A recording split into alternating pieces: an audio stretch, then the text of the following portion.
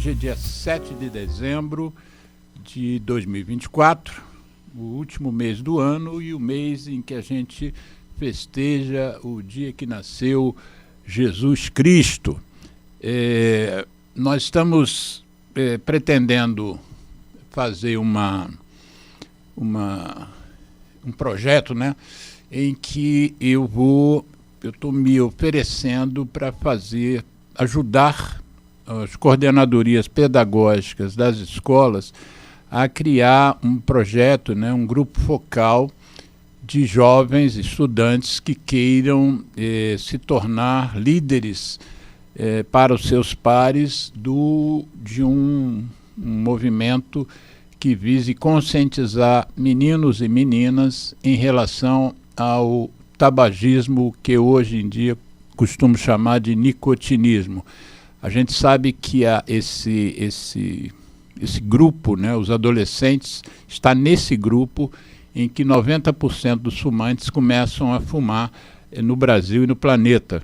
Então é fundamental que a gente comece a ter a participação de meninos e meninas no enfrentamento. Não pode ficar restrito apenas ao pessoal da saúde, a discussão, o debate e a comunicação em relação aos males do uso do tabaco. Qualquer forma de tabaco, de rapé ao cigarro eletrônico. Tudo isso é produto de tabaco e tudo isso faz mal de forma já bastante pacificada. Então eu vou lançar o meu canal agora no TikTok e nesse canal eu vou fazer basicamente essa comunicação em relação ao protagonismo juvenil, a importância que isso tem em outros países, notadamente nos Estados Unidos, para a conscientização de pares. Então, aguardem os próximos lançamentos, que a gente vai, provavelmente, ainda nesse fim de semana, dar o pontapé inicial desse canal. Nós temos rede social no YouTube, nós temos no Facebook, alguma coisa no Instagram, mas no TikTok vai ser especificamente para trabalhar protagonismo juvenil no enfrentamento do nicotinismo. O nosso programa de hoje vai ter, eu tenho a grata satisfação de receber aqui mais uma vez um colega muito querido, ortopedista, especialista em cirurgia do quadril no Hospital América Barra. É América Barra? Lá tem o Samaritano e o Vitória, que fazem parte do chamado América Medical Center. América Medical Center, que fica na Barra da Tijuca, aqui, que é um bairro do Rio de Janeiro. O tema, o nosso convidado esteve aqui hoje, esteve aqui no ano passado, melhor dizendo, conversando sobre um tema que tem relação com o tema de hoje. A gente fez um programa sobre tabagismo, osteopenia e osteoporose, consequentemente a osteoporose, e foi um programa muito interessante. Na reedição do programa, vou colocar o link, mas quem estiver nos acompanhando pelo YouTube, já tem lá no chat. Eu fixei o link desse programa de 2023. O programa de hoje fala sobre cirurgia de quadril, que tem também um nome mais técnico, que é artroplastia do quadril. Então nós vamos ter uma ideia do que significa, assim, qual é o impacto sanitário hoje no Brasil e no mundo, o impacto sanitário das fraturas de quadril, que envolve também ali fraturas de várias partes do fêmur, além da bacia, eventualmente, né? Então eu queria primeiro, eu já o conheço bem, alguns ouvintes certamente já o conhecem, mas eu queria que você, Sérgio Sampaio, se apresentasse novamente para a gente começar o nosso bate-papo. Fala um pouquinho de você e por que você acabou se interessando em focar a questão do quadril. Não só, eu levei minha esposa lá para você atender para um problema de joelho, né? Outro dia eu recomendei uma amiga minha para esporão de calcânio, né? Mas, de uma certa maneira, eu vejo que você se apresenta como especialista em cirurgia de quadril. Como é que foi isso? Como é que é a Jorge, tua antes de mais nada, formação? quero agradecer. Alexandre, Jorge é da antiga. Alexandre, eu, antes de mais nada, Quem agradecer. me chamava de Jorge, deixa eu interromper, era minha mãe. Meu nome é Jorge Alexandre, né? E minha mãe me chamava de Jorge, meu pai. E o Sérgio Sampaio, o nosso convidado, foi médico dos dois, operou minha mãe em 2 situações. Enfim, vamos lá. Mas, o Alexandre, primeiro agradecer a oportunidade de estar aqui. Eu acho que é sempre bom conhecimento que a gente adquiriu, que nos foi emprestado, a gente tem que devolver para a nossa comunidade. Então, hoje eu faço questão de, sempre quando convidado, poder transmitir esse conhecimento que eu recebi de graça, na grande maioria das vezes, e tenho maior prazer em estar aqui. Eu venho, por exemplo, a minha origem para a medicina. Na época, eu estou com 69 anos de idade, eu sou de 1955, e não tinha muita noção do Nós que somos eu... do mesmo ano. Mesmo ano. Dizem que são os melhores homens. A melhor geração. Melhor geração que tem. Eu acho que é o Baby Boomer. Sim. Pós-Segunda Guerra, isso, né? Isso. Então, eu não sabia o que ia fazer e não tínhamos muita orientação do que seguir. Eu fui estudando, fui gostando, fui passando de ano, terminei o primário. Naquela época, você tinha que fazer uma prova, tipo um vestibular, para entrar para o ginásio. Um curso chamado admissão. Admissão, pouca gente conseguia fazer o ginásio, muita gente parava ali no primário. Eu passei para o ginásio, fui estudar no colégio Nuno Álvares Pereira, em Vista Alegre, estava inaugurando o hospital com... A escola. Oi? Estava inaugurando a escola. Estava inaugurando a escola lá em Vista Alegre, aí tinha o ginásio. Eu lembro que eu ia de ônibus sozinho, pegava o ônibus na minha casa, soltava lá em Vista Alegre. 10 anos de idade. Né? Eu devia ter uns 9 anos de idade. E estudei lá, terminei o ginásio, passei para o científico. Mas a gente... Naquela época era clássico e científico. Não, já era... o clássico, quem queria fazer... Humanas, letras. Exato. E aí passei para o científico e fui estudar no Visconde de Cairu. Sem saber, eu estava estudando por estudar, porque gostava. E aí arrumei um trabalho de office boy, porque custear o estudo já era difícil para minha mãe e para meus pais. Então, segundo ano científico, fui estudar de noite. E lá me perguntaram o seguinte: o que é que tu quer fazer? Haviam 3 profissões. Na época que eu fiz vestibular, tinha Consart, Combimed e Concitec. Tecnológica, humanas e biologia, a parte das ciências biológicas. Mas eles, para facilitar, tu quer ser médico, engenheiro, advogado. Isso. Então tinha que escolher, porque o 3º ano científico já era voltado a te preparar para o vestibular nessas áreas. O engenheiro não me agradava muito, advogado já estava... Hoje é uma profissão, eu acho que é bastante interessante. Por você, médico, por andar branquinho, tinha meu pediatra, sempre admirei muito, foi uma pessoa que me serviu de referência. Fiz vestibular para medicina e passei. Daí começa tudo, né? Fazendo a medicina, você faz as cadeiras básicas. No 4º ano tu tem que escolher se vai para a área cirúrgica ou a área clínica. No 3º a gente começa a ver paciente, né? Começa, primeiro, 3º, 4º ano começa a ver paciente. Aí tu começa a se diagnosticar com todas as doenças do seu paciente, né? É interessante isso. Você aprende que dor no joelho pode ser um osteosarcoma, tu já se acha com osteosarcoma e vai por aí afora. Só porque eu sou assim até hoje. Tenho uma dor de cabeça, o tumor chegou a hora do câncer. Tem um livro de medicina muito interessante, antigo, isso foi da década de 80.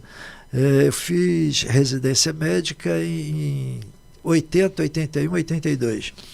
E esse livro de ortopedia, os tumores, que é o que hoje a gente tem medo, todos nós temos medo.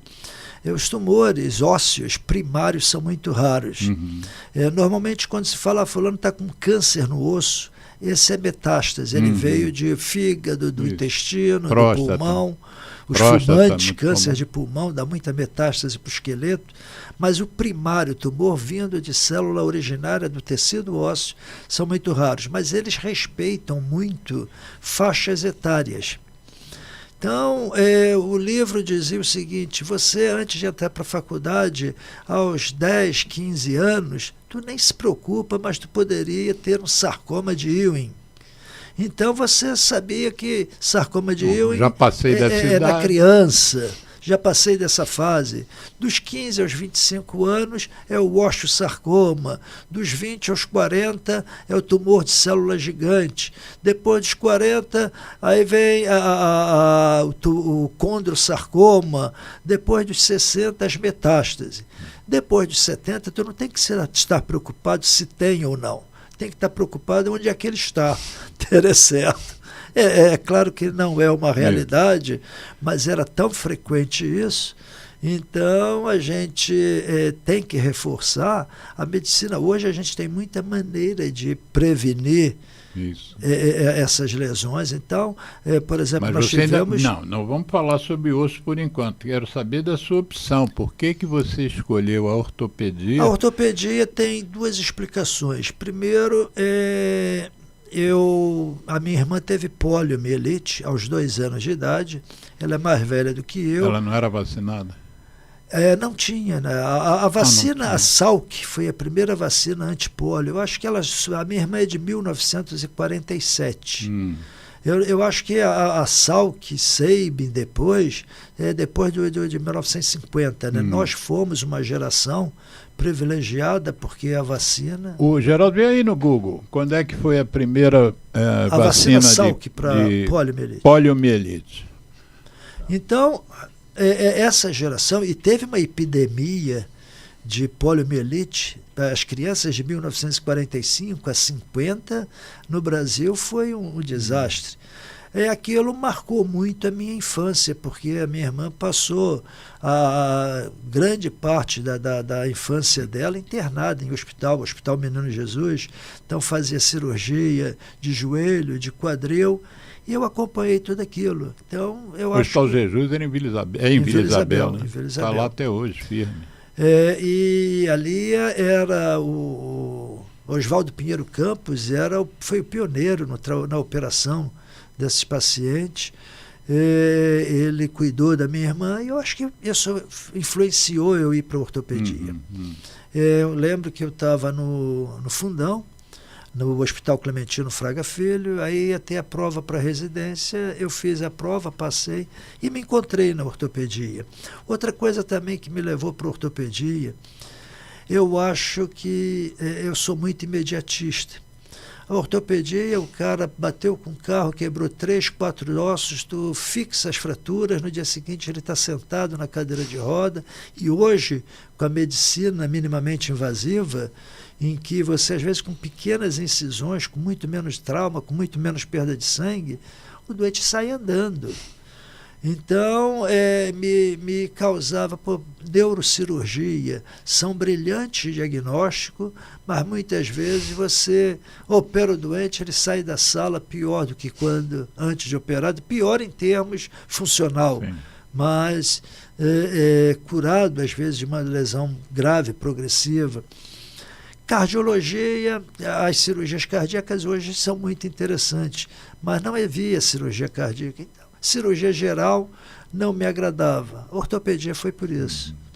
Então nós vamos hoje, você vai voltar aqui no programa certamente para a gente conversar sobre outros aspectos da ortopedia, né? Da sua primeira vinda, como eu já mencionei, a gente conversou sobre um tema importante, né? Que é a osteoporose.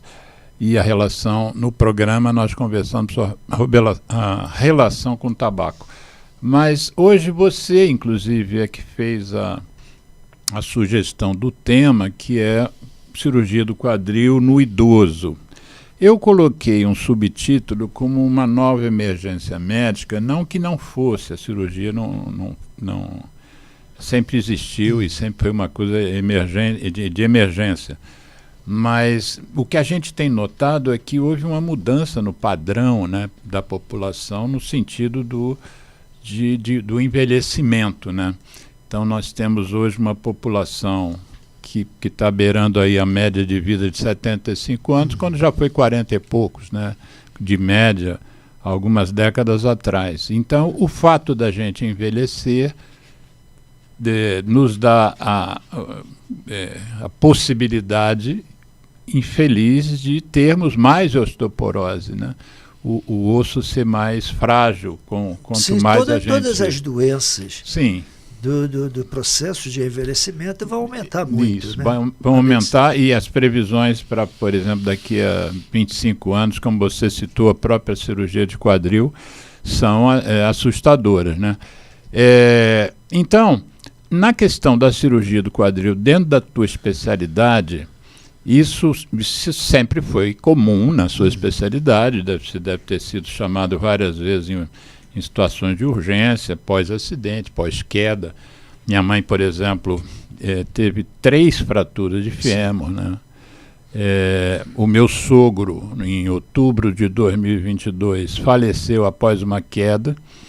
Ele teve 3 fraturas, conseguiu, pelo convênio dele, indicado por você, inclusive, o Rafael, lá do não sei que trauma, lá na Tijuca, aquele hospital ali, e ele submeteu a todas as 3 cirurgias, foi fêmur, foi ombro e foi face. Mas no pós-operatório ele fez uma pneumonia, 92 anos de idade, e não resistiu, né? Isso. Uma queda. Eu como sou ativista também, além do tabaco e outros ativismos, eu sou ativista pela redução dos acidentes de trânsito. E eu comecei a estudar morte violenta, né? A OMS, a Organização Mundial da Saúde, tem uns capítulos em que ela aborda as mortes violentas. Então estuda-se assassinato, guerra, suicídio, que é uma causa muito importante, é quase a soma de guerra com assassinato é suicídio, de forma violenta. E uma das causas de morte violenta mais frequentes e com maior número de absolutos são as quedas, né? E principalmente os acidentes domésticos. Exatamente, domésticos. Fora os acidentes também, enfim, que são de queda na rua, calçada esburacada, enfim. Isso você tem uma experiência muito maior do que eu. Eu, essa semana, eu cometi uma imprudência que eu falo sempre, aquele negócio, faça o que eu falo, não o que eu faço. Eu tinha que pegar uns documentos e estava na parte alta do armário. E a minha cadeira do escritório era aquelas de rodinha. Não brinca, não acredito. Você subiu na cadeira? Subi na cadeira para pegar, acho que era rapidinho. Aí travei a cadeira no meio do caminho, com a pasta ela escorregou. Eu caí no chão e disse, por favor, não me deixa quebrar meu fêmur. Enquanto estava caindo, estava pensando nisso. Mas caramba, esse é um que risco você correu, muito comum. rapaz. É o banquinho que a dona de casa pega para botar na cozinha, um condimento que ela tenha separado naquela parte mais alta. O banquinho é danado. Tem uma escada na sua cozinha pequena que ajuda bastante. São coisas vamos fazer evitáveis. O seguinte, nós vamos falar sobre prevenção daqui a pouco, que eu inclusive queria abordar com você o Einstein, né? O Hospital Einstein. Na reedição do programa, eles fizeram uma animação que eu vou inserir na nossa entrevista, a animação que eles fizeram, que certamente eles não vão impedir, não vão fazer nenhuma restrição, até porque é uma divulgação do trabalho. Eles fizeram uma animação muito interessante a respeito de coisas que acontecem. Então, daqui a pouco a gente conversa sobre isso, porque tem questões ligadas ao tapete, móveis, distribuição das coisas dentro da casa. Daqui a pouco a gente fala nisso. Mas vamos então definir o que é uma fratura, quando a gente fala assim, em termos gerais, fratura de quadril. O quadril não é um osso, né? Jorge, Alexandre, desculpa. Também não precisa pedir desculpa. O assunto é muito amplo, né? A gente poderia passar o dia todo falando aqui. Primeiro, o que eu acho assim que a gente está conversando aqui não para médicos, não é uma aula para médicos. Mas eu vejo no consultório as pessoas compararem: a minha amiga fraturou e no dia seguinte já estava andando, ou então está na cadeira de roda há um mês e não consegue andar. Quais são as diferenças? Quando você deixa um copo cair no chão, esse copo pode se partir em 2 pedaços ou ele pode se partir em 15, 20 pedaços. Isso acontece com o osso.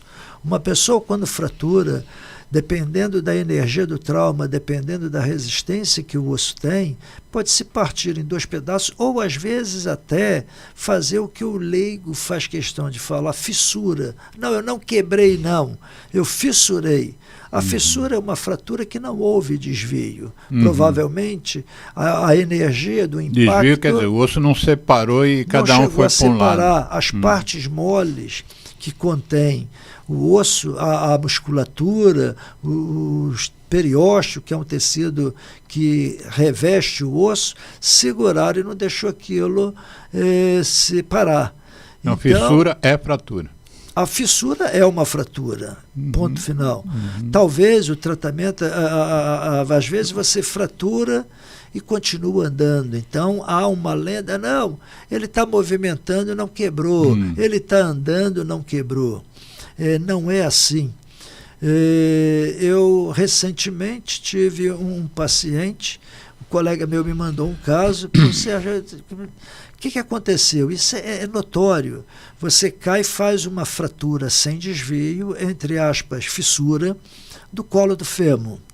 Essa fratura é uma fratura instável, isso vai desviar se não for tratado. E o sujeito levanta e começa a andar, manca um pouco, sente dor, toma um analgésico desses comuns que tu compra na farmácia, e ele fica uma semana mancando e sentindo dor na virilha.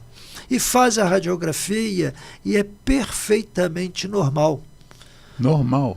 Você só vai fazer o diagnóstico com uma ressonância magnética, que é um exame caro, que é um exame que nem todo mundo tem acesso. Mas, porém, mesmo no serviço público, você tem serviços com ressonância. E o diagnóstico, a suspeição diagnóstica é clínica. Então, se você fez o exame clínico, rodou a perna para dentro, rodou a perna para fora, o doente sente muita dor na virilha, é idoso depois de uma queda, é imperativo. Tem uma semana e continua com dor, tem que fazer uma ressonância. E você teve um caso assim essa semana no consultório? E aí, você diagnosticada a fratura, tu faz uma fixação de 3, 4 parafusos por uma incisão de 5, talvez menos 2 centímetros. Você coloca esses parafusos guiado por uma televisão, um intensificador de imagem. E está resolvido o problema. E uma vantagem: quando eu fixo com parafusos o próprio osso do indivíduo, eu restauro a anatomia dele, a biologia. Aquele osso dele vai durar até os 90 anos, até o final da vida dele. Se eu deixo essa fratura sem diagnóstico, 1 hora ele vai se abaixar, a fratura desmonta e ele acha que quebrou ali, já estava rachado. E essa fratura desviada, ela já não consolida mais. Daí tem que colocar uma prótese. A prótese, por melhor que seja o design, o material, ela tem uma vida limitada. Então, se a fratura foi fixada com parafuso, eu preservei a cabeça do fêmur, consolidou, eu restaurei a anatomia. Quando eu boto uma artroplastia, quando eu boto uma prótese, eu estou tirando a cabeça do fêmur dessa pessoa e colocando metal para articular, ou com metal ou com um plástico, porque eu vou criar uma nova articulação artificial. O que você chama de vida limitada dessa prótese? Não, a vida limitada é o seguinte: uma prótese, eu coloquei uma prótese de quadril no meu paciente. E 2 coisas vão acontecer: ou a prótese vai falhar antes dele morrer, eu vou ter que trocar, ou ele vai morrer antes da prótese falhar. Agora, essa cirurgia um dia vai falhar. E aí, isso que você falou da longevidade das pessoas. Eu, quando comecei a minha especialização em quadril, para mim 70 anos era o limite. Eu lembro que eu tinha um paciente com uma fratura, botou uma prótese, a prótese com o tempo se tornou dolorosa porque o material gastou. E o paciente tinha 70 anos, eu propus trocar essa prótese. Era uma cirurgia que demandava um tempo maior, um sangramento maior. E um colega mais idoso do que eu falou, cara, 70 anos, para que tu vai operar? A gente tem que respeitar a idade dos pacientes. Operar o doente com mais de 70 anos só se ele tiver com muita dor. Hoje, eu trabalho o seguinte, metade das pessoas com menos de 50 anos hoje, no mundo, vão chegar a 100 anos. Então, se eu coloco uma prótese aos 50 anos e a perspectiva, um sujeito ativo, que tenha, ele pega ônibus, ele vai para o trabalho todo dia, ele desce escada, sobe escada, o desgaste do material é maior. Então, essa prótese deve durar 20, 25 anos. Se ele tem 50, aos 75 ele vai ter que fazer uma revisão. Mas se ele vai viver até 100... Se ele vai viver até 100, talvez 2, 3. Então, você quando pega um doente muito jovem, e eu diria abaixo dos 65 anos de idade, e propõe a ele colocar uma prótese, tem que alertá-lo, que aquela pode ser a primeira cirurgia. Se você opera por uma fratura, não tem escolha. O momento é aquele, tu tem um prazo de 48 horas, 72 no máximo, para operar esse paciente e botar ele em pé. Quanto mais tempo passa, a cirurgia, maiores as complicações. Mas numa artrose, um desgaste da articulação, eu tento conversar com o paciente, olha, está doendo. Muitas vezes, principalmente mulheres, ela fala assim, doutor, não me dói não, mas é um manco. Aí, fica mancando mais um pouquinho. Se você ganhar 5 anos, talvez você não precise fazer uma cirurgia a mais, dependendo da idade. Isso não exclui o jovem de precisar operar. Se a dor e a incapacidade é grande, não tem idade para colocar a prótese. Tem... É uma prótese de quadril? Aquilo dali é uma prótese de quadril. Para quem está nos ouvindo pelo rádio, o Geraldo botou aqui uma imagem justamente do que nós estamos falando, que é a tal prótese. De qual material é esse? Esse material é metal com metal. Essa prótese é uma prótese que ela teve... o tempo áureo dela foi, eu acho, de 80 a 90, talvez 2000. Hoje ela é uma prótese de exceção. Você tem ali... Quando você tem duas partes dessa prótese, ela tem um revestimento que vai na bacia. Quadril porque é uma articulação, não é um osso, formada por 4 ossos. Os 3 ossos da bacia, ilho, isco e pube, mais o fêmur. 4 ossos dá o quadril.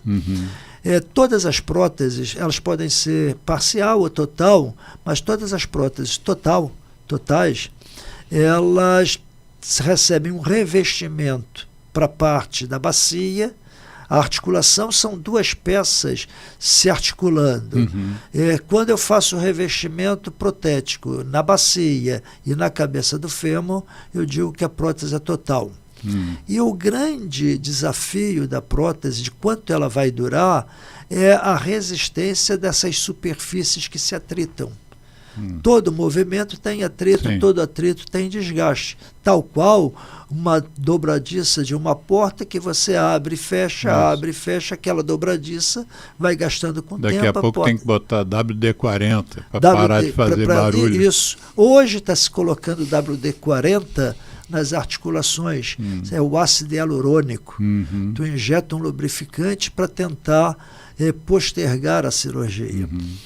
Mas ali, essa é a prótese que eu acho que é a melhor prótese. Ela tem uma haste que vai no fêmur, ela tem um revestimento na bacia, e ali você acopla uma cabeça pequena de metal ou cerâmica, e dentro da copa que vai na bacia, eu boto uma copa de polietileno, de metal ou de cerâmica.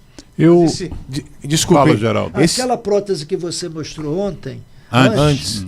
ela tem vantagem e desvantagem. A grande vantagem você coloca aquela cabeça femoral ali, ela é uma cabeça pequena, em torno de 32 milímetros. Mas isso aí, o fêmur está fraturado ou é só a... Você utiliza essa prótese em duas situações. Nas fraturas do colo femoral, é a parte mais proximal do osso fêmur, e ela não serve para as fraturas abaixo do colo, do pescoço do fêmur, porque as fraturas trochanterianas já é outro tipo de tratamento. Elas tendem a ter um processo de consolidação melhor, e sempre que possível, sempre que eu puder preservar o osso do próprio paciente, esse meu tratamento ele é mais garantido, ele é o resultado mais duradouro. Então, uma fratura transtrochanteriana, ela consolida sempre, quase sempre ela vai para a consolidação, e aí você usa fixar com placa, parafuso, com haste, e não substituir. A prótese é aquilo que substitui uma parte do corpo. Então, eu tenho dois tratamentos para a fratura do fêmur proximal. Fixar a fratura com placa, parafuso, com haste. Então, eu não estou botando prótese, eu estou botando órtese, uma órtese interna. E a prótese de substituição, você tira a cabeça do fêmur e bota material. Ali, a cabeça do fêmur era toda de cromo cobalto. E ela vai se articular com a parte da bacia, que também cromo cobalto. O metal, atritando com metal, vai liberar micropartículas de cromo, de cobalto, que vão cair ali, que vai para a corrente circulatória, que pode parar no baço, no cérebro, aquele micropartícula metálica. Sim. Pode. Então, por exemplo, a gente tem mulher que está em período fértil, que ela possa engravidar, a gente não pode usar prótese em que metal vai articular com metal, porque aquilo pode passar pela circulação placentária e parar no feto. Mulher com mais de 50 anos, com osteoporose, normalmente essa prótese ela não serve para um osso muito porótico. Ela pode, como a haste é curta, ela pode fraturar. Aquele segundo modelo que ele mostrou é uma prótese que já vem há 70 anos no mercado, esse mesmo design, sofrendo menos pequenas modificações, mas funcionando muito bem. Nós temos aqui um comentário no chat do programa, na versão YouTube, em que a pessoa não se identifica, mas diz assim: minha mãe precisa dessa cirurgia, mas ela já tem 67 anos. Aquilo que você comentou antes, mas respondendo ao nosso ouvinte aqui, mas ela já tem 67 anos. Como é que você responde a esse Olha, já tem? Eu acho assim, idade cronológica e idade biológica. É um problema. Eu vejo... essa semana eu atendi um oficial da FAB que lutou na Segunda Guerra Mundial. Está com 102 anos. Conversando comigo, ele na realidade não foi se consultar, foi levar a esposa dele para se consultar comigo. Inteiraço, para a idade biológica dele é 70. E a gente vê paciente de 70 com várias outras doenças que se comportam como se fosse 90. Mas, de uma maneira geral, 67 anos, no conceito atual, é uma jovem. Entendeu? Para cirurgia, para uma prótese, eu acho que é uma idade em que, se eu colocar, normalmente a pessoa já tem um estilo de vida mais recatado, né, diríamos assim, não anda tanto, não tem tantas obrigações, e a prótese tende a durar muito mais, e ela está numa idade em que você não tem comorbidades que possam te dificultar a prótese. Sim. Mas olha, eu tenho colocado prótese em doente de 94 anos. O último que eu operei, 94 anos. Ele, com 15 dias, esse paciente é um italiano, mora na Santa Teresa. Santa Teresa é um bairro aqui da cidade. Bairro aqui do Rio de Janeiro, para quem não é do Santa Rio. Teresa. Uhum. Ele, com 15 dias, a E família... é ladeira, né? Tudo é ladeira lá. Tudo ladeira. Com 15 dias, a família me telefonou que ele estava com a perna muito inchada. Eu fiquei com medo de uma complicação comum, que é o tromboembolismo. Mandei que fosse uma emergência, fazer um Doppler. E a filha me falou: doutor, chamar uma ambulância é muito difícil. E aqui na minha casa, até chegar ao nível da rua, são 15 degraus. E se ele com 15 dias de operador, olha, tem que, então, leva de táxi, mas ele tem que... E a família foi lá, felizmente não tinha a trombose, não tinha a embolia lá, tromboembolismo na perna. Só que ele descobriu que podia subir a escada, esse senhor de 94 anos. Pós-operado.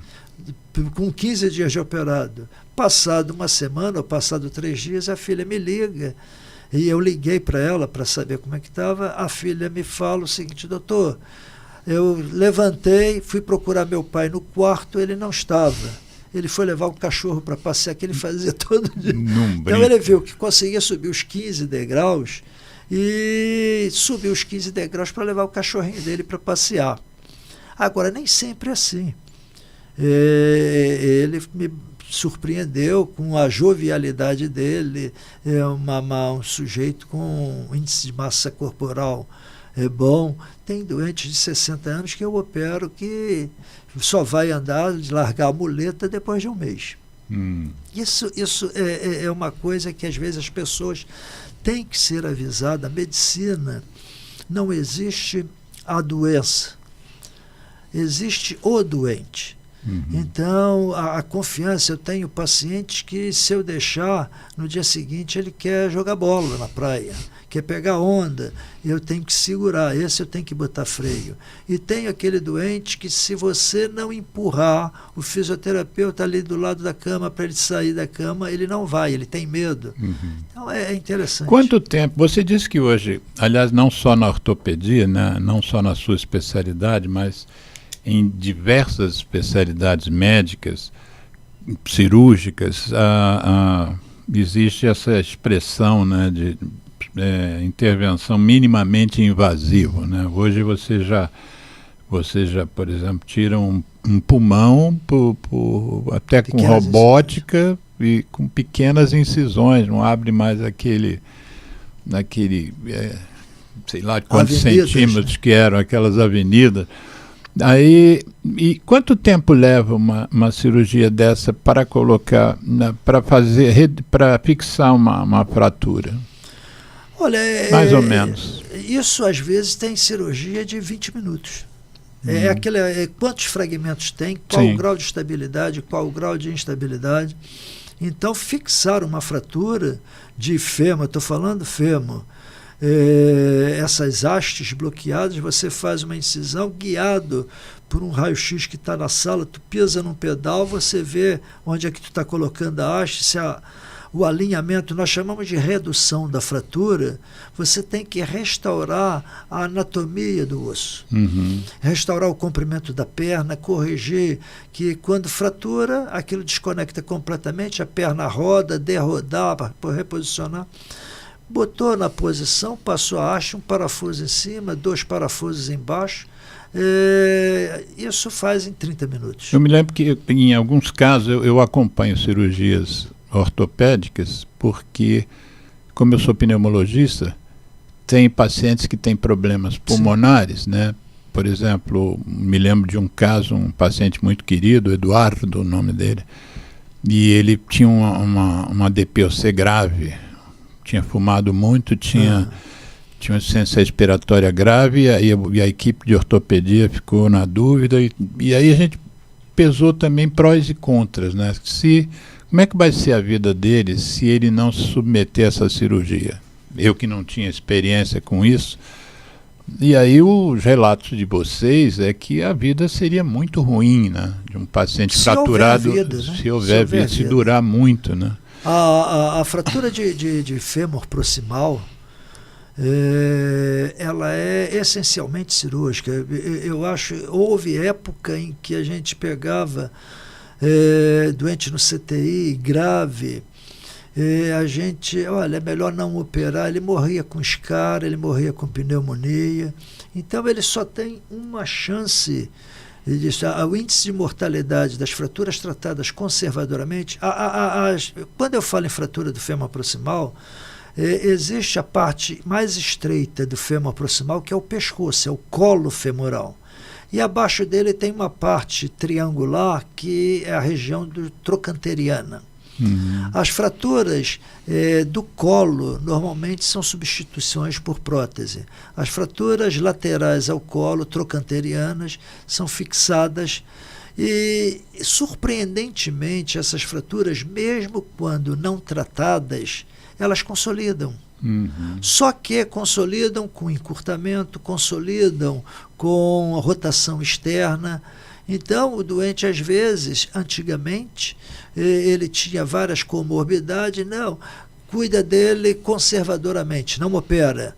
E aí você tem que virar o doente para dar banho, você tem que colocar a comadre para ele fazer as necessidades. Extremamente dolorosas essas mobilizações. Quando alguns resistentes, acabam sobrevivendo a isso. E a fratura consolida. Então ele vai conviver com uma perna rodada para fora, o encurtamento vai ter que usar compensação no calçado e, estatisticamente, o índice de mortalidade negligenciada da fratura é muito maior do que operada. A gente tem uma taxa elevada de pacientes que morrem quando operados, mas com todas as comorbidades. Hoje, as cirurgias minimamente invasivas, tem doente que opera, nem toma sangue. Eu lembro, a gente às vezes transfundia 2, 3 unidades de sangue para o paciente que fez uma cirurgia de quadril. 3 bolsas de sangue. Eu faço uma prótese total, normalmente eletiva, e ocasionalmente, muito raramente, meu doente precisa tomar transfusão de sangue, hemoderivado. Muito raramente ele vai para o CTI, entendeu? Porque a cirurgia ficou muito menos agressiva. Uma prótese de quadril a gente consegue fazer em 45 minutos a 1h30, sem intercorrência, sem complicações. Uma prótese para uma artrose primária. Uma prótese de revisão pode levar 3 horas. Quando eu falo 3 horas, não são 3 horas dentro do centro cirúrgico. Ele vai para o centro cirúrgico, ele vai ser anestesiado. Depois que ele recebe anestesia, a gente vai lavar a pele toda, é quase que um banho no paciente todo para esterilizar. E aí vai se fazer a cirurgia, terminou a cirurgia, vai se fazer controles radiográficos e... Isso tudo leva 3 horas. Tudo 3 horas. Mas diminuiu muito. Otimizar a transfusão de sangue, a gente utilizava muita transfusão de sangue. Eu acho que por essas doenças, AIDS, hepatite, cada vez mais foi-se... preventivamente. Uma coisa interessante, por exemplo, eu lembro, a minha mãe faleceu de hepatite C e a cirurgia dela, ela teve um mioma. Na época que não tinha remédio. Na época em que não tinha diagnóstico. Ainda pior ainda. Pior ainda, você tinha marcadores para detectar se tinha hepatite A ou B. Não existia marcadores da hepatite C. Hoje tem F, G, tem várias outras. Mas a minha mãe teve hepatite não A, não B. E eu estava presente na cirurgia de esterectomia dela, cirurgia para retirar o útero. Ela tinha um mioma. A gente vai rodando tudo, desculpa. Isso aí nada, ótimo. Mas ela tinha um mioma. Isso é muito comum. Quando vai chegando perto da menopausa, O mioma, ele cresce dentro do útero e ele faz sangrar. Então, são aquelas, em vez dela ter uma menstruação normal, ela fica 5, 7 dias menstruando, e quando menstrua, quantidades profusas de sangue que leva a anemiar a pessoa. Então, o médico dela, eu era acadêmico. Não, ela já está em fase de menopausa, depois da menopausa o mioma atrofia e desaparece. De vez em quando a gente faz um raio-x de bacia e vê o mioma calcificado lá, quer dizer, acontece.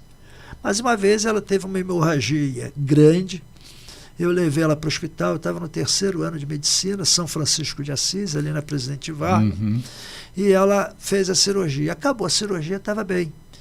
A enfermeira, ela já estava para sair de sala, falou: doutor, e esse sangue que está aqui, o que eu faço?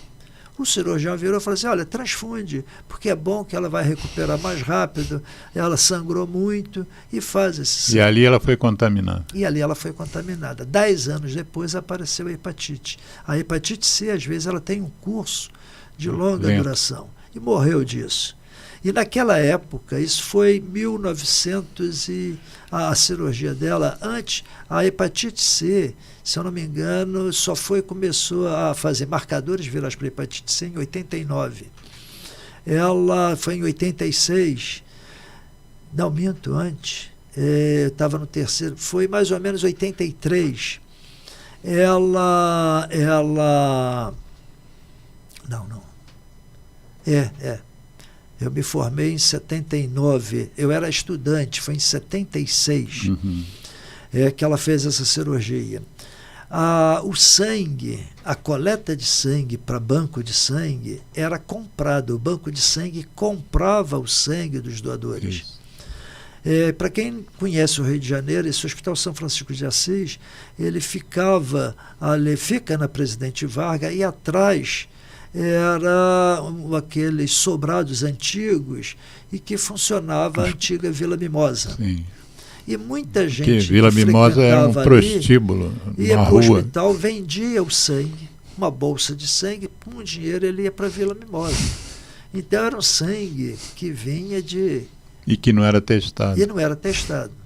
Ali veio a hepatite C. Nós estamos vivendo uma coisa não semelhante, mas tão irresponsável quanto, que foi esse caso aí do laboratório Saleme, lá de Nova Iguaçu, que contaminou, infectou 6 pessoas, né, com HIV. Então, em pleno 2024, você está se referindo a 1976. Né? Outra coisa, Alexandre, eu acho assim, então, se puder não transfundir, não transfunda. Aquele negócio, dá o sangue, aquele sangue ela poderia não ter tomado. Sim. Mas na época a gente tinha, não, vai sair mais forte. E fez o sangue. E qualquer hemoderivado, eu acho que a medicina ela tem que ser primo non nocere, né? Aquele negócio. Primeiro, diante de tudo, não ser nocivo, não hipertratar. Esse caso que você falou, eu não sei qual é o caso, mas uma fratura de fêmur, uma fratura... Eu, às vezes, vejo fratura de ombro, em que a gente tratava conservadoramente, com muito bom resultado. Às vezes uma tipóia simples trata uma fratura de ombro. Não estou fazendo uma condenação do tratamento cirúrgico. Por exemplo, se eu fraturar o meu antebraço, mesmo sem desvio, se botar 2 placas, uma em cada osso do antebraço, são 2 ossos, no dia seguinte eu estou escrevendo, eu estou consultando. Mas se não tiver desvio, um gesso da axila até a palma da mão vai consolidar em 45, 60 dias. Será que todas elas precisam operar? Fratura de ombro, com tipóia, eu tenho inúmeros casos. Se a relação articular está boa, deixa a natureza agir. A natureza é muito sábia. Isso não se aplica ao que nós estamos, ao tema do nosso programa. O estilo moderno, o estilo americano opera tudo. Sim. E não deu certo, a fratura desmontou, opera de novo 2, 3, 4 vezes, a coisa é movida a cirurgia. Sim, eu acompanhava uma prima, quer dizer, o segundo casamento dela com o meu primo, né? Meu primo foi fazer. Paulo Rabelo de Castro, um grande economista aqui brasileiro, E ele foi fazer o doutorado dele em Chicago, 4 anos, conheceu essa Antoniette e acabou, eles casaram e ele acabou o doutorado e veio para o Brasil e vieram juntos. E eu, logo no início, assim, a gente fez um raio-x nela por uma gripe, uma suspeita de pneumonia, e apareceu um nódulo.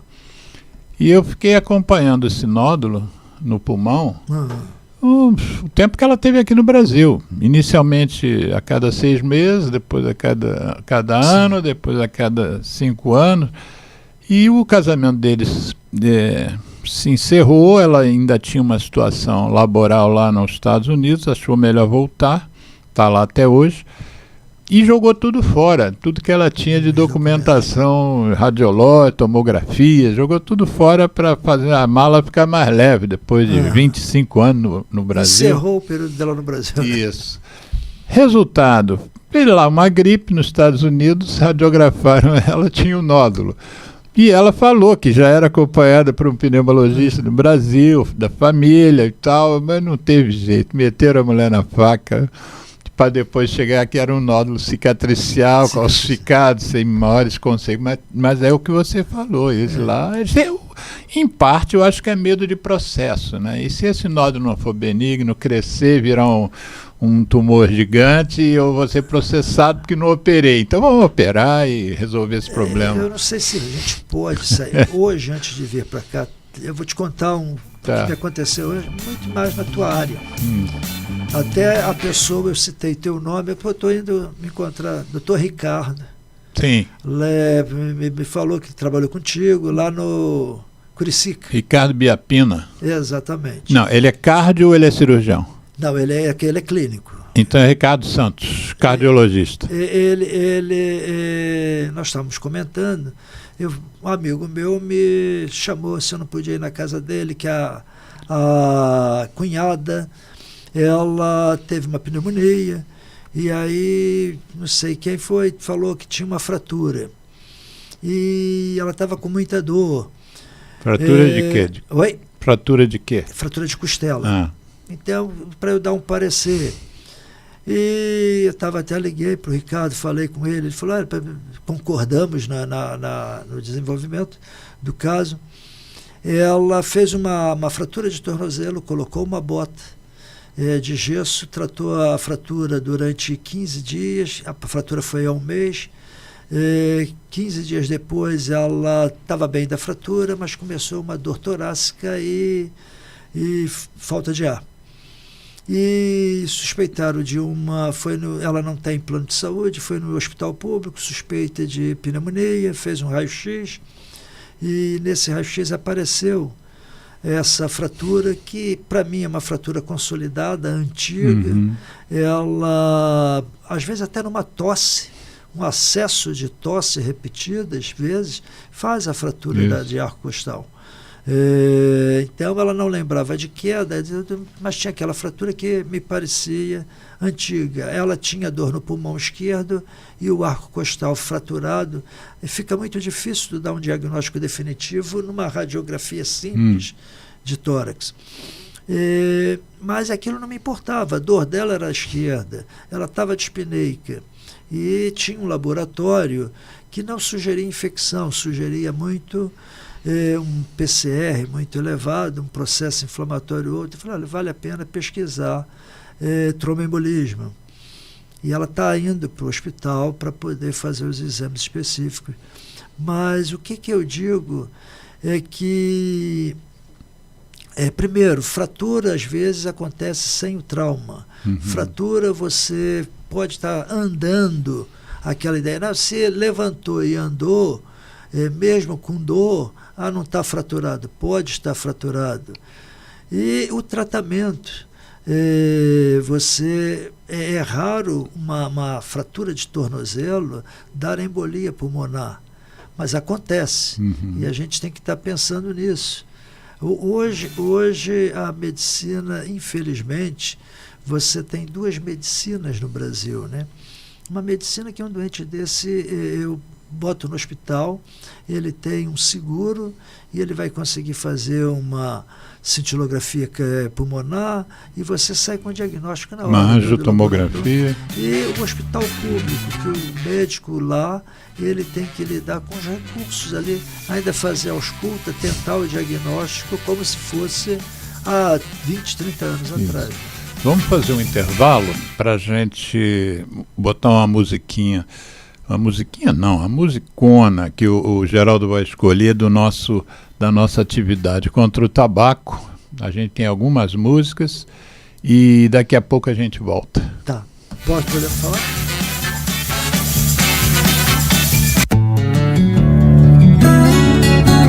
ZY1 201, Associação Comunitária Nossa Senhora de Copacabana, 98,7 FM, a onda que chega ao seu coração. Rua Hilário de Gouveia, número 36, nono andar, Copacabana, Rio de Janeiro.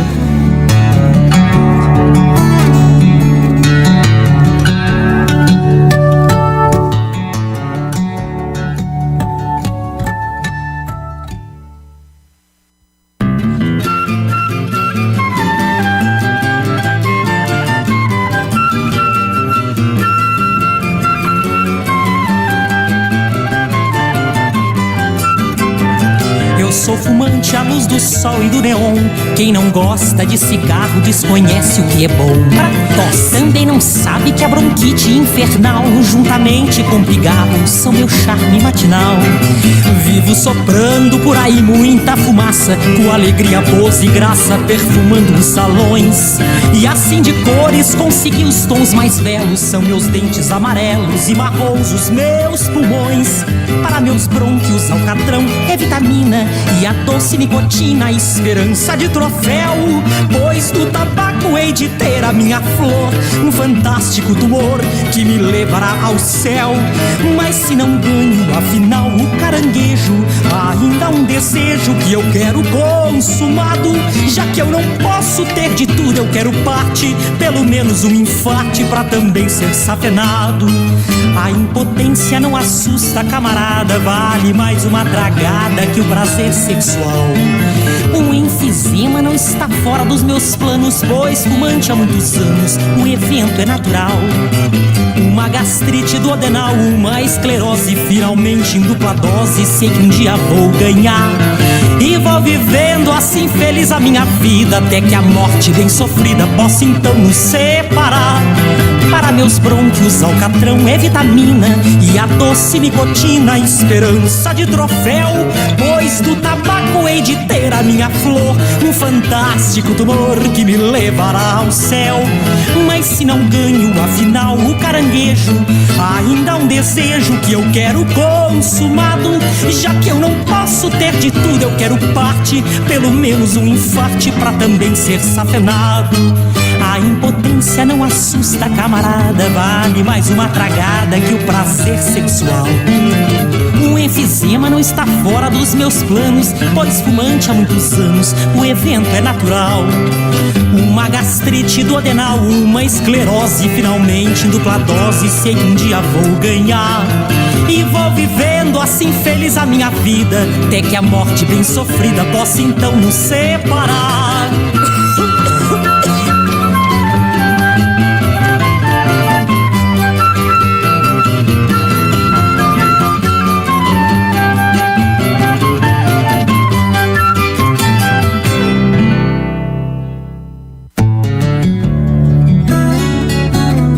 ZY1 201, Associação Comunitária Nossa Senhora de Copacabana, 98,7 FM, a onda que chega ao seu coração. Rua Hilário de Gouveia, número 36, nono andar, Copacabana, Rio de Janeiro.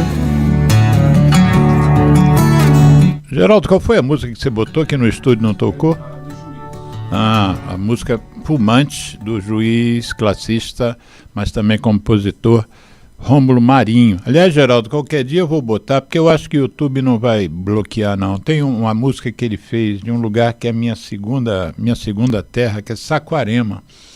Então ele fez uma música cujo nome é Saquarema, e quem ouve, quem conhece Saquarema, já viveu lá há algum tempo, vai saber exatamente o que ele está dizendo, porque ele é muito didático, assim, ele é muito geográfico. A música é muito interessante, eu vou te mandar. Rômulo Marinho. E essa música Fumante é muito interessante também, porque ele na verdade, ele está falando mal do cigarro, mas ele brinca com isso, entendeu? Ele fica esperando o momento que vai chegar o caranguejo para ele. Depois eu mando para você também. Bom, estamos recomeçando o programa Viva a Voz Saúde deste sábado, e o tema hoje é cirurgia de quadril no idoso, mas, quer dizer, isso é que está chamando a atenção, né? O envelhecimento da população, e daí o surgimento de mais casos de fratura de quadril. Mas eu vou te fazer uma outra pergunta. No primeiro bloco, eu comentei que eu sou ativista do trânsito também, por um trânsito menos violento e que gere menos vidas. Eu sou ligado a um grupo que criou a Lei Seca. Nosso queridíssimo Fernando Diniz, que perdeu o Fabrício Diniz, o filho, com pouco mais de 20 anos, num acidente do qual ele não estava na condução do veículo, estava no banco de trás de um indivíduo que ele não conhecia, numa saída de boate, e ele pegou como carona, e todos os 3 passageiros de trás, infelizmente, foram a óbito, pouco mais de 500 metros da boate. Ele pegou ali a antiga da Dubir, que tinha ali no downtown, e tinha uma loja chamada Mirage, que vendia carro, acho que francês. Naquele 500 metros o cara bateu num poste, os 3 morreram na hora. E ali a sociedade civil se mobilizou no entorno do Fernando Diniz. Fernando Pedrosa, do Ministério do Transporte, já lidava com essa prevenção de acidente. Um outro amigo nosso, outro Fernando, eu entrevistei os 3 aqui em 2017, os 3 Fernandos. O outro Fernando é da FETransport, então também tinha relação com questão de acidente. É no Brasil que tem isso? Sim, isso foi uma iniciativa porque o presidente do Detran, chamava-se a época presidente do Detran é Hugo Leal. Então o grupo fez com que o Hugo Leal virasse deputado federal, e o Hugo Leal, como deputado federal, foi o relator que a gente chama Lei Seca, mas tem um nome extenso, né? Que eu nem me recordo agora. Mas o que eu quero dizer é o seguinte: eu ando muito ligado num novo normal que a gente tem aqui no Brasil, que é a quantidade impressionante de motociclistas no trânsito, né? Uma coisa que, sobretudo depois da pandemia, com a história do Uber, história de delivery, né, entrega de comida em casa, porque as pessoas não iam para os restaurantes, isso virou uma febre, né? Então, eu acho até que todo mundo que tirou carteira de motorista antes da pandemia tinha que fazer uma reciclagem, porque para renovar a habilitação, porque aquilo que a gente dirigia em 2019, 2018 não é mais o mesmo trânsito. Hoje em dia você pisca o olho, tem um motoqueiro passou por você que você não tinha visto. Hoje, antes de subir aqui para o estúdio da rádio, e eu vou botar no meu Facebook, eu tirei uma foto do meu retrovisor. E eu vou fazer uns comentários sobre, gente, agora não dá mais para dirigir sem olhar os 2 retrovisores, não basta só um. Como é que está isso em termos, porque a toda hora a gente vê acidente, carro e moto, ônibus e moto, caminhão e moto, moto com moto. Como é que está isso para os ortopedistas? Vocês estão sentindo uma diferença? Alexandre, são acidentes graves. Eu acho assim, esses números são subnotificados. Né? Como, por exemplo, suicídio. Parece que se você noticia muito suicídio, isso serve como estímulo, acaba aumentando o número de suicídios. Hoje em dia já há uma certa controvérsia, mas eu vou esclarecer isso. Nós vamos fazer um programa sobre suicídio aqui, mas siga lá. Mas os acidentes de moto, qualquer dessas grandes emergências, Souza Aguiar, Salgado Filho, Lourenço Jorge, você chegando lá tem 5, 6, 7 doentes aguardando atendimento, isso doentes graves.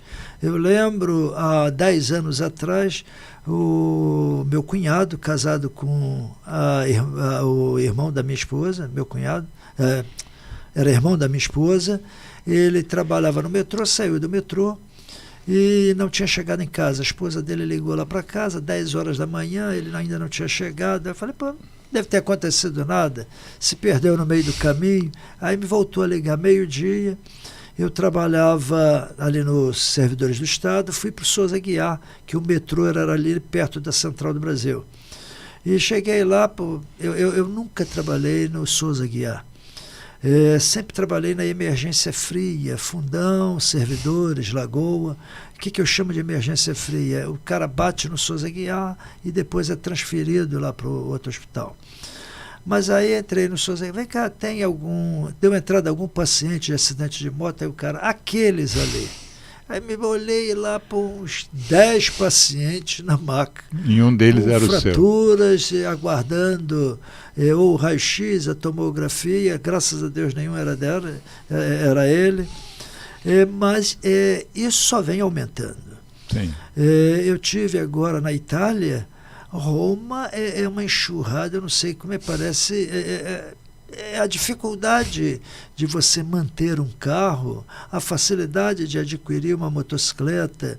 Essas motos elétricas estão sendo vendidas a um preço que permite a população com uma menor renda a ter acesso, e não dou. E o transporte coletivo que nunca funciona, né?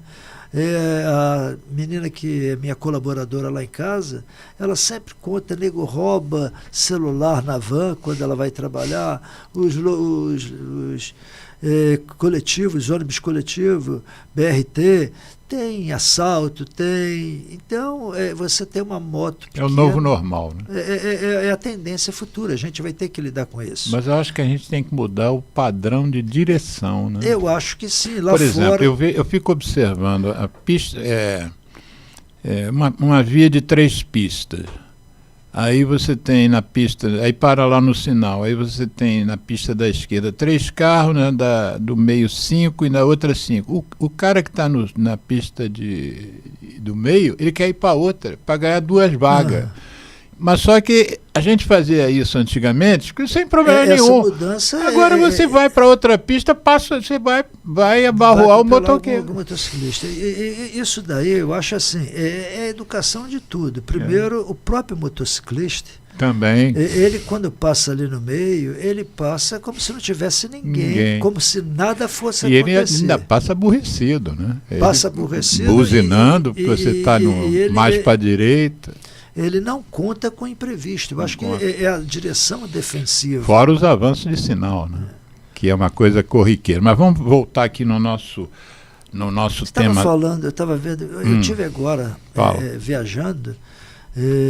Portugal, como tem fumante. França, como tem fumante. Eu fiquei impressionado. Se diz primeiro mundo, civilizado, mas o pessoal está ignorando. O que se atribui a isso? Mas, enfim, é o berço do tabagismo, é justamente França, Portugal, eu acho que é falta Espanha. de trabalho, pessoas que façam o teu trabalho. Aquela ópera Carmen, que é de Bizet, que se passa numa fábrica de charuto espanhola, né? Mas vem cá, nós estávamos conversando sobre o tema de hoje, que é sobre fratura de quadril, e no nosso bate-papo por telefone, você comentou o impacto disso do ponto de vista sanitário, que a gente estava falando meio que a coisa individual, né? Para cada paciente, qual a melhor conduta, qual é o prognóstico, em termos coletivos, né? Em termos de Estado, o que eu acho assim... esses números variam muito de acordo com a fonte, de acordo com o período analisado, mas de uma média geral se fala em 300 mil fraturas ano nos Estados Unidos. E por que eu cito os Estados Unidos? Eles têm uma preocupação muito grande com essas estatísticas, esse custo. No Brasil, eu li trabalho falando de 100, 130 mil fraturas ano de fêmur proximal. Isso, você colocando que um custo, uma fratura dessa, talvez numa instituição pública, porque o custo da prótese, o custo do sangue, isso varia muito, mas o custo médio é entre 15 e 80 mil. para cada paciente tratado com fratura. Vamos colocar 100 mil para dar conta exato. 100 mil, se eu gastar 10 mil, eu já vou para 10 milhões, né? Conta aí, eu não estou muito... Sim. 10 milhões por ano só tratando fratura, e muitas delas evitáveis.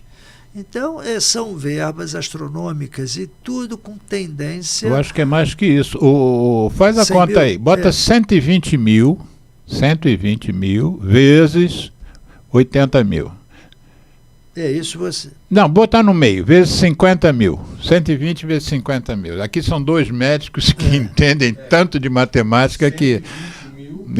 meu filho faria isso enquanto escova o dente e já fez a conta. Vezes... Hein? Repete. É 120 mil, hein? Vezes 50 mil. Quanto que dá? Quer dizer, 120 mil, número de fraturas, 50 mil custo. 60 milhões, né? E aí? Vezes quanto? 50 mil. O Geraldo também é bom de matemática, já percebeu, né? Olha, deu um monte de número aqui. Não, eu acho Vai, assim, vamos lá, rapaz. 120 Milhões, não é? Quanto? 120... 6 Não, milhões. 6 bi. É. 120 mil por 100 mil. Não, você está confundindo muito. Vamos embora, ele já fez as contas. 6 bi. Depois, se estiver errado, eu boto na edição do programa, eu boto a conta certa. E eu falo com meu filho. Não, mas então vamos falar em o impacto coletivo. O que eu li, que eu te mandei até, de dados, como você disse, os estudos dependem da fonte, tá, mas eu li 340 mil por ano. Nos Estados Unidos. Nos Estados Unidos, 340 mil por ano. Que eles lá já têm uma longevidade maior do que a nossa, apesar de ter muito mais obeso, apesar de uma série de coisas, mas tem, enfim. Nós aqui temos uma pobreza absoluta que leva muitas pessoas à morte mais cedo, né? Precocemente, às vezes até a pobreza de informação, né?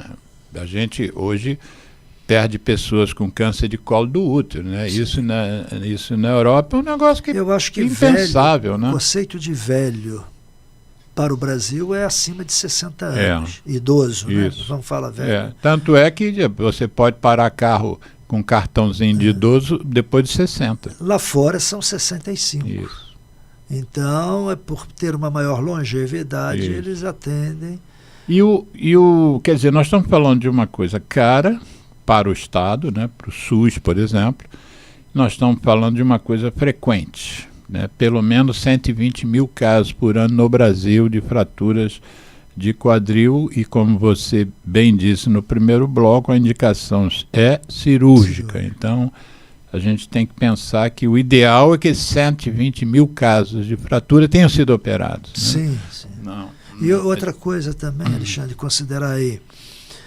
Mesmo os operados, você tem uma taxa grande de o doente que fratura o fêmur e antes de completar 1 ano de pós-operatório, 30% falecem. Sim. De uma maneira geral, e de causas não ligadas à fratura, mas a fratura foi o gatilho que gerou outras complicações. Dá um exemplo. A perda da cognição. Sim, demência.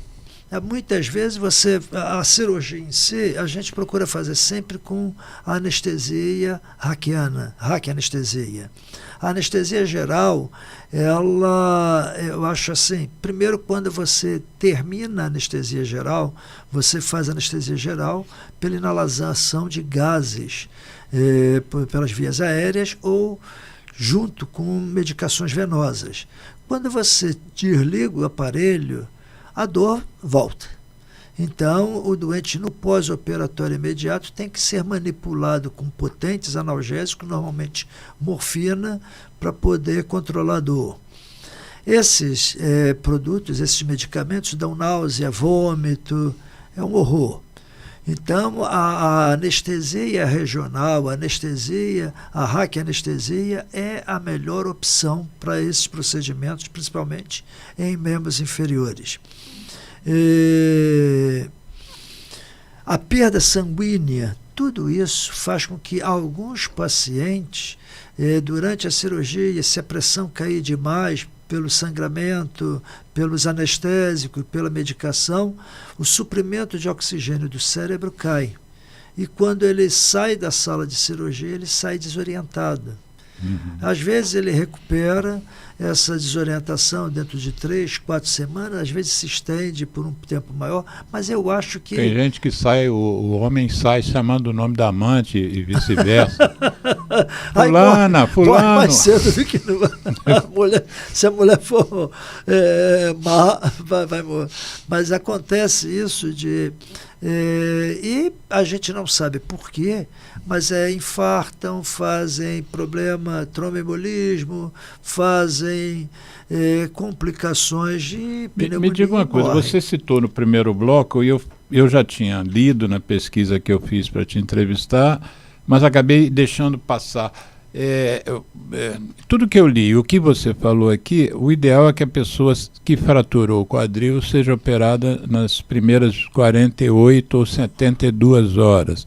O que acontece? Por que se passar de 3 dias, por exemplo, o resultado não é o mesmo? Existe um equilíbrio de funções. O movimento é tudo, sempre, sempre. Prevenção de osteoporose, exercício, caminhar, andar. Eu acho que todo idoso, ele tem que ter medo da cama. Muito tempo na cama. E do sofá também. Do sofá também. Eu acho que você tem que procurar uma atividade, isso vai melhorar o fluxo sanguíneo no cérebro, nos músculos, no esqueleto, e tudo vai melhorar. E quando ele fratura, a impotência funcional, não poder andar, não poder fazer a sua higiene, não poder tomar um banho. Então, a estase de líquidos nos pulmões, você sentado, quando você inspira, você insufla totalmente seus pulmões de ar. Quando você está deitado, parte do teu pulmão, ele não vai receber ar. Ali vai acumular secreção, a bactéria encontra um doente com a imunidade um pouco diminuída e um caldo uma piscina de nutrientes para ela, pneumonia, então, óbito. E pensar a pressão, pensar que muitos desses são idosos, né? Que as suas defesas então, já não são mais as mesmas de um jovem. A imunidade, a escara, o doente fica deitado e ele não consegue mudar de posição por conta da fratura, porque dói muito deitar de lado, sentar. Então ele fica deitado de barriga para cima, já está emagrecido. Então a proteção natural, que é o tecido subcutâneo, ele quase não tem. Ele faz uma ferida por pressão na região sacra que é dificílimo curar depois de instalada. Às vezes começa como uma região mais escura, mas por baixo ali a pele já necrosou, já teve um infarto. Aquilo tudo vai soltar, vai descolar, tu vai ter que desbridar, e aí perde o tempo cirúrgico, o time, porque se ele hoje não tem pneumonia, tem tosse, mas não é uma pneumonia. Se eu deixar para operar com 2 dias, já vou operar um doente com pneumonia. Sim. E a chance daquela bactéria do pulmão circular e até o foco de fratura e ter uma infecção pós-operatória aumenta. Então, vamos fazer agora um dos principais objetivos do nosso programa. O primeiro deles, obviamente, é informar, né? Informação em saúde. Mas o segundo, que vem a reboque, é como prevenir, né? Seja o que for, quase todos os nossos programas aqui, a gente, por exemplo, fizemos um programa sobre endometriose. Aí chegou o momento da endometriose, nós falamos sobre o tal câncer de colo de útero. Como prevenir? E o ginecologista, o Cláudio Crispi, que esteve aqui, que inclusive operou minha filha de endometriose, ele diz assim, olha, hoje nós temos a vacina do HPV. Então, hoje na Europa, não se pensa em câncer de colo de útero nas mulheres mais, porque já é uma coisa superada. E a gente aqui ainda tem uma mortalidade colossal. E a vacina é gratuita. E a vacina né? é gratuita para crianças, né, para meninos e meninas, e disponível, e tem muitos postos de saúde que tem, se não todos. E aí as pessoas, e obviamente o cigarro também contribui, porque já está bem associado, bem comprovada a associação em câncer de colo de útero e o tabagismo, sendo que aí viu-se que um dos motivos era porque o tabagismo diminuía a defesa e aí o HPV, o vírus papiloma humano, se instalava ali naquele colo do útero. Se eu não me engano, Alexandre, me corrija se eu tiver que não é a minha área, o ideal é vacinar antes do início da vida sexual. Da vida sexual, exatamente. E, inclusive, a oferta da vacina para o SUS não é indistinta, né, é indiscriminada. Tem alguns critérios de idade. E aí me parece que as pessoas que tiverem filho hoje, até adolescentes, se informem, né? A sugestão que nós damos é que as pessoas se informem, porque senão vai ter que ter acesso só em clínicas de imunoterapia privadas. Eu não sei exatamente qual é o custo, mas, puxa, gente, uma coisa que protege, uma coisa que é de graça, a gente, né, Geraldo? A gente brinca de graça, é uma coisa da minha infância, de graça até injeção na testa.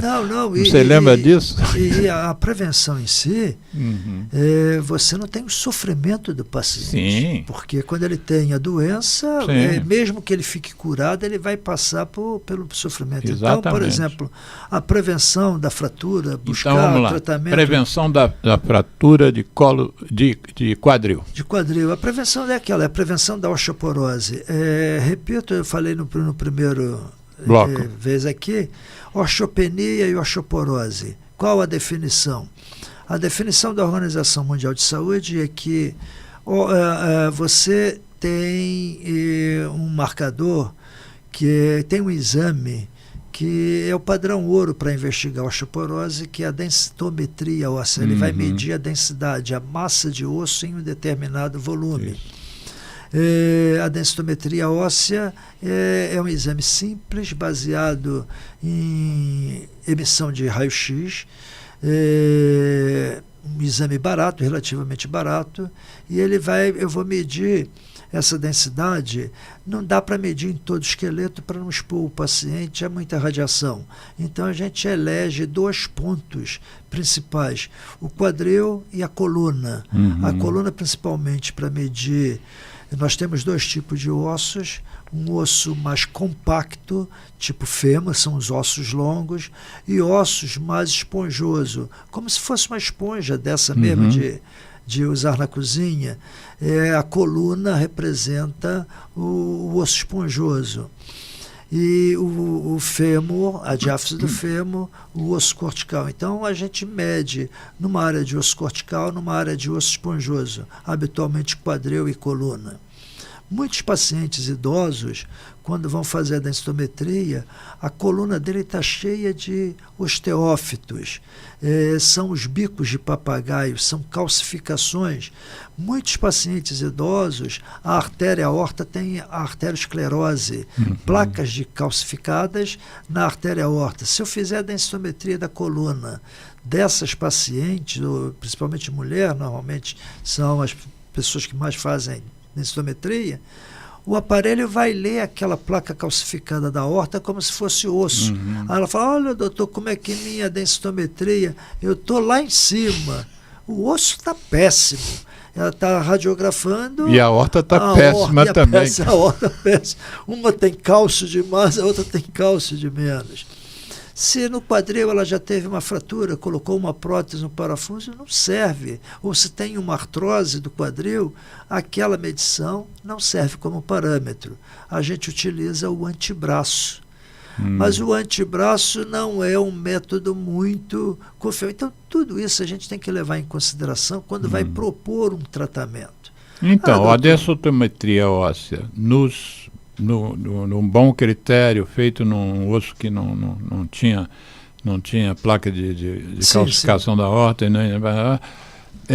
deu lá que a densitometria está baixa. Você considera, o osso normal ele pode ter até 10% de perda óssea, ainda ser considerado normal, o risco de fratura é baixo. Depois de alguma certa idade. Depois de 10% de massa óssea, e aí isso é referido em desvio padrão. há um score, um índice chamado T-score na densitometria. Quem tiver uma densitometria vai ver um númerozinho lá, T-score. O T-score, ele compara quantos por cento você tem a menos do que uma pessoa de 20, 30 anos de idade. Sim. Então, se o meu T-score está menos, eu tenho perda. Se ele está mais, eu tenho mais do que o meu padrão, que seria o indivíduo de 20, 30 anos. Então, T-score menos 1 significa na coluna 10% a menos de entendi. osso, de massa óssea. Isso, teu risco de fratura é ligeiramente maior do que o de uma pessoa que tem um T0. Um T-score, aí eu considero de 0 a menos 1, normal. De menos 1 a menos 2,5, o valor desse T-score, o que significaria na coluna uma perda superior a 10%, menor do que 25%, é uma osteopenia, uma perda leve. Uma perda superior a 25%, 30%, 40%, uma osteoporose grave, gravíssima. E ali, o resultado da densitometria, eles, para facilitar a interpretação do médico, habitualmente você tem umas faixas em cores. Aquilo são eixos cartesianos, eixo das ordenadas, eixo das abscissas. Na abscissa, na base, aí um pouquinho de matemática, tem a idade, 20 anos, 30 anos, 40 anos. Eu faço as coordenadas da idade com a densidade encontrada pelo aparelho. Se esse ponto está na faixa verde, sinal de trânsito verde, tu está livre. Amarelo, atenção. Vermelho, perigo. Vermelho é osteoporose. Então, eu posso olhar a densidade da pessoa simplesmente pelo gráfico de cores. E o diagnóstico foi feito. Qual é o diagnóstico, passo seguinte? Sempre a Organização Mundial de Saúde diz o seguinte: osteopenia não precisa tratar. Lembrar que toda droga é uma droga. As substâncias que tratam a osteoporose podem tornar o osso tão rígido, tão sem porose, que é a porosidade saudável, que ele se quebra por aumento, perda da elasticidade, da resiliência. Então, depois de 4... Quer dizer, apesar do osso ser uma coisa dura, ele tem tem que ter elasticidade. elasticidade. E isso tem que ser dosado. E aí seria basicamente o quê? Cálcio? Essa medicação que você se referiu? Você tem 2 grupos de substância para tratar a osteoporose, para aumentar a massa óssea. Uma coisa assim que eu acho que a gente não se percebe, não se dá conta, teu corpo, o Alexandre que está aqui diante de mim hoje, não foi o mesmo Alexandre que teve comigo em 2023 ou 2022 que você 23. falou. E não será o Alexandre daqui a um ano. Todo o seu corpo se renova. Sim. As hemácias, elas têm 120 dias de vida. Então, a cada 120 dias, você trocou o teu sangue. Os macrófagos que nos defendem levam 90. E o osso, eu tenho umas células ósseas chamadas osteoclastos, que elas fazem a retirada do osso velho, e eu tenho o osteoblasto, que bota osso novo. Eu sempre falo para o meu cliente, é como recapear uma estrada, uma rua, tem aquela máquina que vai tirando todo o asfalto velho e atrás eles vêm com uma outra máquina botando o asfalto novo. Esse equilíbrio entre o osteoclasto, que destrói o osso, e o osteoblasto é o que dá a densidade óssea, a qualidade do teu osso. Se você tem uma atividade osteoclástica aumentada, e a senilidade vai dar isso, os osteoclastos vão ficar tão ativos, o osteoblasto não consegue repor o que o outro tirou. Então a gente usa inibidores da reabsorção óssea, anti-osteoclastos. É uma maneira de tratar. O que se diz é o seguinte: você está deixando o osso velho em cima do osso novo. Isso é o que vai fazer aumentar a densidade no exame. O teu osso ficou mais denso, mas era para ter tudo osso novo. Simplesmente você não tirou o velho. Será que isso vai dar osso mais forte? Os estudos mostram que sim. Tem tratamentos em que eu ativo mais os osteoblastos, a formação óssea, e deixo o osteoclasto agir. Essas são normalmente medicações mais caras, com algumas complicações mais importantes, que a gente reserva aqueles pacientes que têm uma osteoporose mais grave. Tá. Eu fui uma vez atender um radialista em Copacabana, e ele era um fumante de fumar 2, 3 carteiras por dia. Ele chegou numa fase para conter o DPOC dele, né? A doença pulmonar obstrutiva crônica, ele andava com cilindro de oxigênio do lado e toma-lhe cortisona. Sim. E a pneumologista disse: doutor, não dá para tirar o corticoide dele, não. Eu falei: mas sem isso, o cara com uma osteoporose severa, ele fazia fratura vertebral, fraturou L3, aí daqui a pouco aparecia, fraturou L1, fraturou T12, e ele todo na cadeira de roda, curvando. Esses osteoformadores estavam ainda em início, eu não tinha quase nenhuma experiência, mas esse cara tem que usar isso. E era uma caneta que ele aplicava todo dia, subcutâneo, tipo insulina. Eu fui 1 mês depois, 2 meses, 3 meses depois visitá-lo. Ele me chamou para ir na casa dele: doutor, queria ter lhe conhecido antes. A minha dor melhorou, diminuiu a dose de corticoide.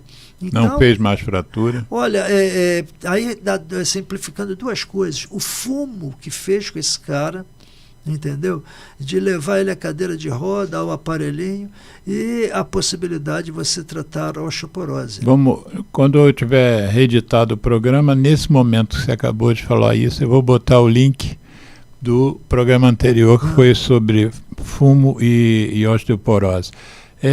Fala-se muito que a musculação é benéfica para quem envelhecendo, né? A pessoa que já é idosa deve fazer musculação. Qual é o benefício da musculação? Eu costumo dizer o seguinte: a gente vai tendo as limitações.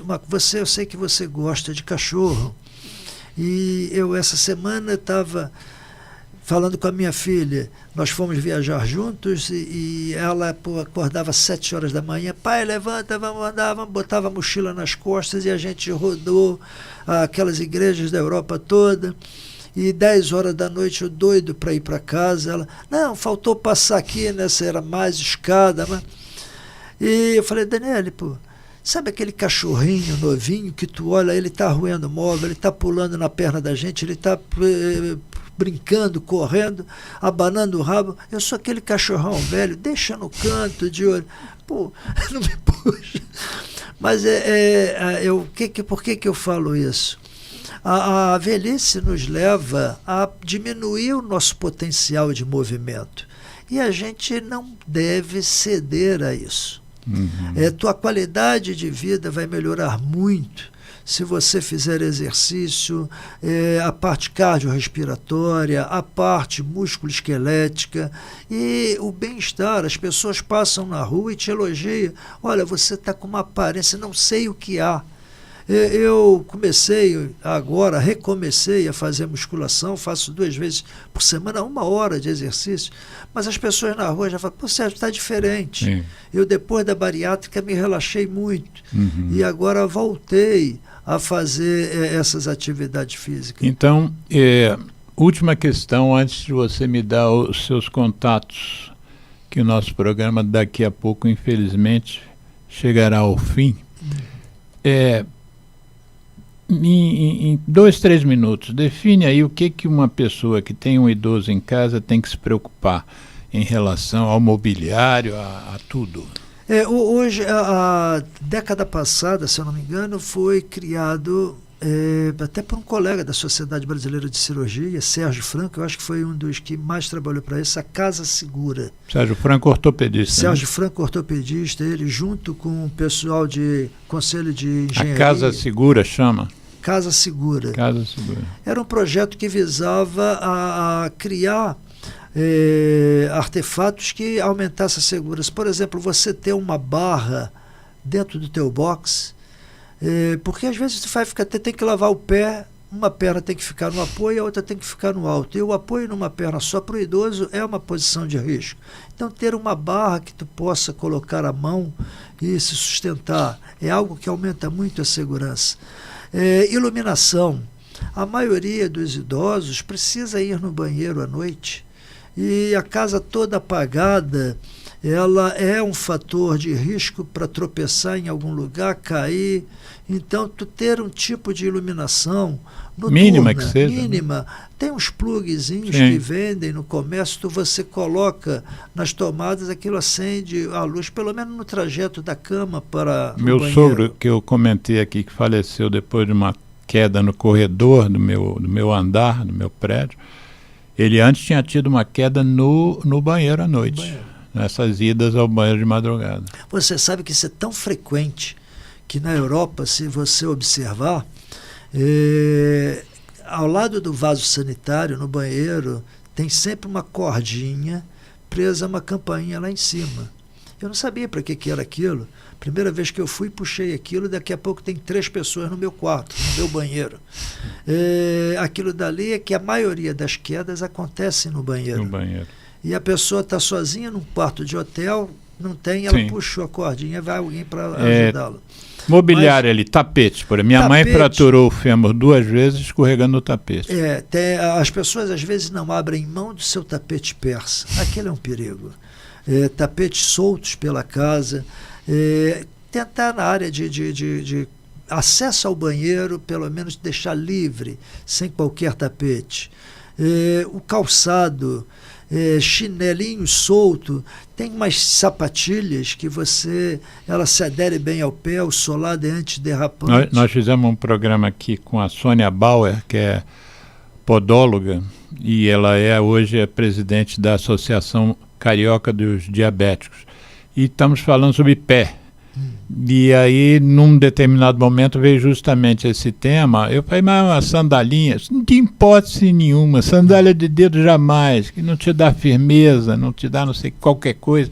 E eu ando muito de sandália, porque eu ando 6 quilômetros com o meu cachorro, o capitão, o idoso por dia. tende a arrastar o pé. Né? Isso. O problema é quando Aí tem uma coisa o tapete, por exemplo, é algo que está acima do chão, um desnível. No piso. As ruas são muito mal conservadas, ainda mais essas de pedra portuguesa. Né? E uma coisa, Alexandre, o exercício, mais um fator importante do exercício. Você sabe por que a fratura do colo do fêmur acontece no idoso? Ele cai de lado. Quando ele cai de lado, ele bate com o quadril no solo. E ali ele fratura. Se você tem uma atividade física regular, a tua massa muscular ao redor do quadril é maior, amortece, diminui o risco. Segundo, se você tropeça, a tua musculatura tem energia para tu readquirir a tua estabilidade. O desequilíbrio. Você se desequilibra, mas volta para o prumo. Você desequilibra, mas reequilibra novamente. O idoso, quando ele cai e ele é cognitivo, ele é lúcido, ele tende a cair para frente. E se ele cai para frente, ele apara com as mãos. Ele quebra o punho, mas não quebra o fêmur. O idoso, quando está menos cognitivo, mais depauperado, ele tem uma tonteira, ele cai para o lado, ele fratura o colo do fêmur. Menos móvel também, né? Para que a sala cheia de móvel, que também esbarra no móvel e dá uma topada ali. E não subir no banquinho para pegar aquele azeite. Isso serve até para o próprio convidado especialista. Se alguém quiser conversar com você, tirar dúvida, enfim, colocar um caso, ou até mesmo ser atendido por você. O meu e-mail. Fala. Sérgio, tudo com letra minúscula. Sérgio Novo, sem ponto, desculpe. Sérgio Novo, que Novo é sobrenome, né? Numeral 1. Novo é o nome. Sérgio Novo 1, meu nome é Sérgio Sampaio Novo. Diz que Novo em Portugal é como se fosse neto, filho. Sérgio Novo 1@gmail.com. Tá, Sérgio, eu vou na reedição do programa, isso vai estar na tela. E algum outro contato que Pode você ser queira passar? o meu Celular? WhatsApp. Né? WhatsApp. 21 994 994 77 uhum. 79 7991. Vou repetir. 21, prefixo Rio de Janeiro, 99477 7991. Você tem rede social, você tem Instagram, alguma coisa assim? Ô Alexandre, eu tenho Face, eu sei que eu tenho Face, mas eu te confesso. E Instagram não tem? Instagram eu tenho mas também não mas lembro. eu não sei acessar muito. Tá,